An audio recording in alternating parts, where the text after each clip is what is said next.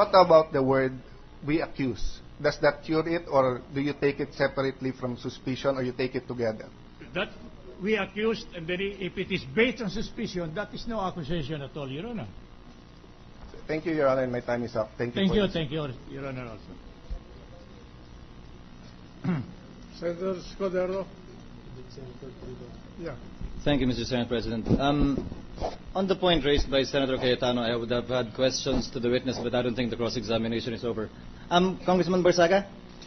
Yes, Kayo Your Honor. po ba o bahagi ho ba kayo sa nag-draft ng complaint na ito? Well, actually, I was not. But actually, I read the complaint before I signed it. I know. That's not my point.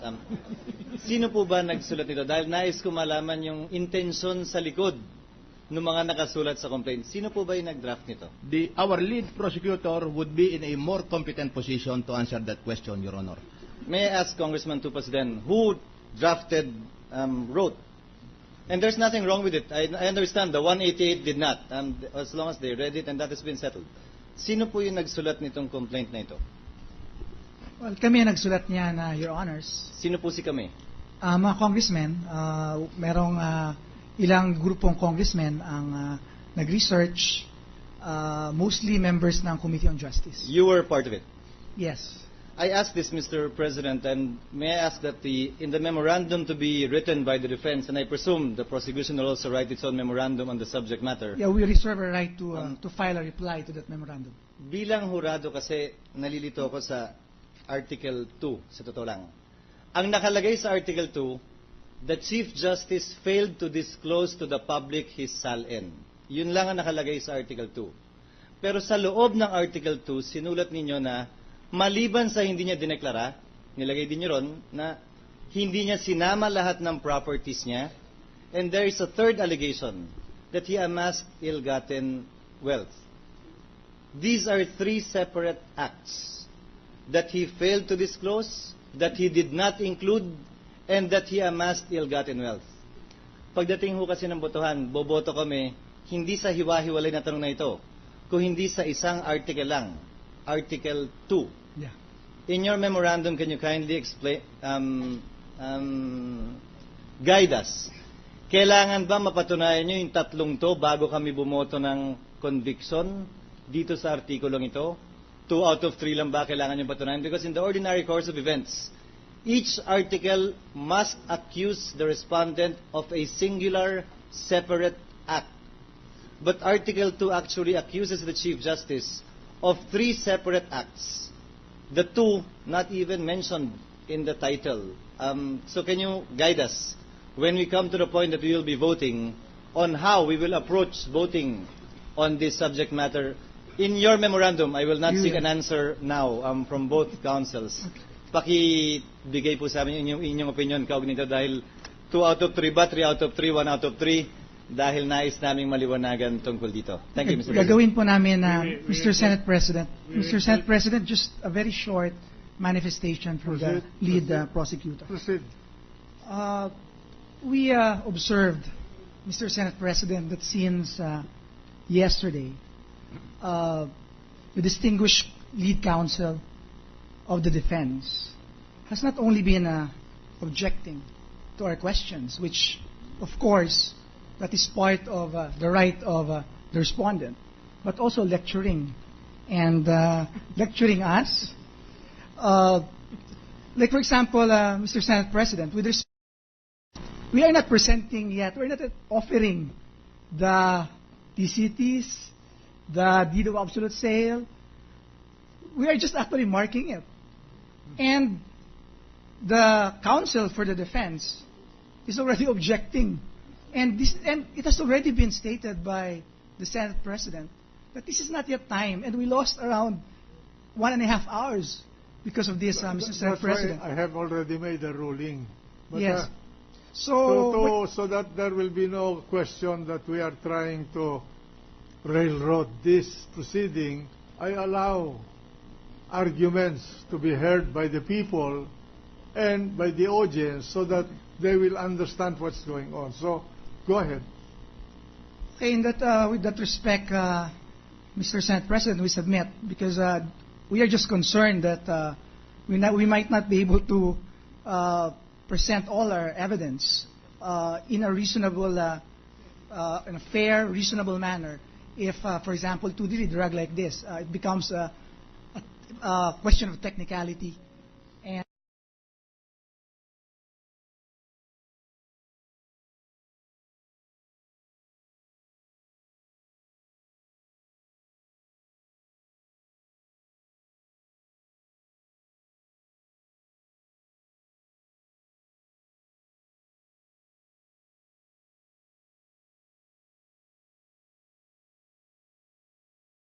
And inside this impeachment tribunal.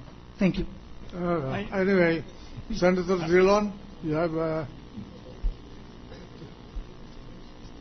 Let us finish these arguments and proceed with the trial. Can we raise questions on the witness, Your Honor? Is Yes. it appropriate? Proceed. And I hope counsel for the defense will not raise objections to my question. Thank you, Mr. President. Can the witness again state his name? I have forgotten your name. Randy A. Rutacchio, sir. Randy Randy A. Rutacchio. Rotacchio. Okay. Rutaqquio, sir. Mr. Rotacchio, you are the Register of Deeds of the City of Taguig. Opo. Operationally, mayroon po kayong control at supervision sa buong tanggapan ng Register of Deeds ng Taguig. Yes, Your Honor. Now, yung lahat po ng mga binarkahan sa ebidensya na mga titulo ay hawak niyo po bilang Register of Deeds ng Taguig. Opo. Hawak ng opisina ninyo. Yes, sir, but not physically, but Yes, we have you control, have sir. control over this. Yes, Your Honor. All right. Now, and you had the documents that gave rise to these titles were processed under your authority.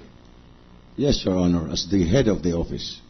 So that while you did not personally witness all the aspects of the process, you were familiar with the various transactions that led to the issuance of these documents. Yes, titles. Your Honor. Yes, Your Honor. And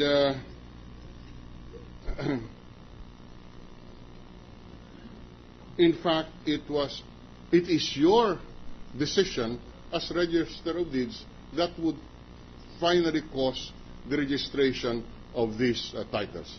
Yes, sir. That is the approval stage, sir. All right. And before approval, you reviewed all the documents. Naturally, sir. Now, and you will confirm that based on your records, the titles you brought here this afternoon are all current titles.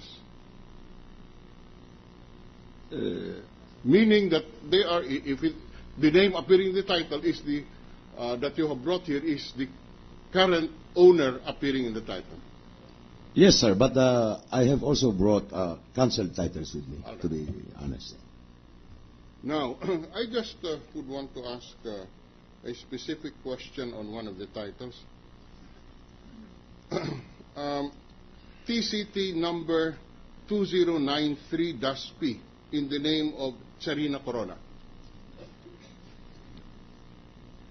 Yes, Your Honor. Do you have a copy of the TCT? Yes, Your Honor. Who is the seller?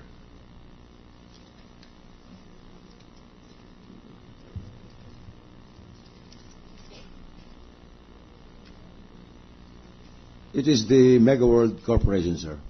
Is that in the deed of sale? Yes, Your Honor. Do you have a copy of the deed of sale? Yes, Your Honor. What is the date of the deed of sale?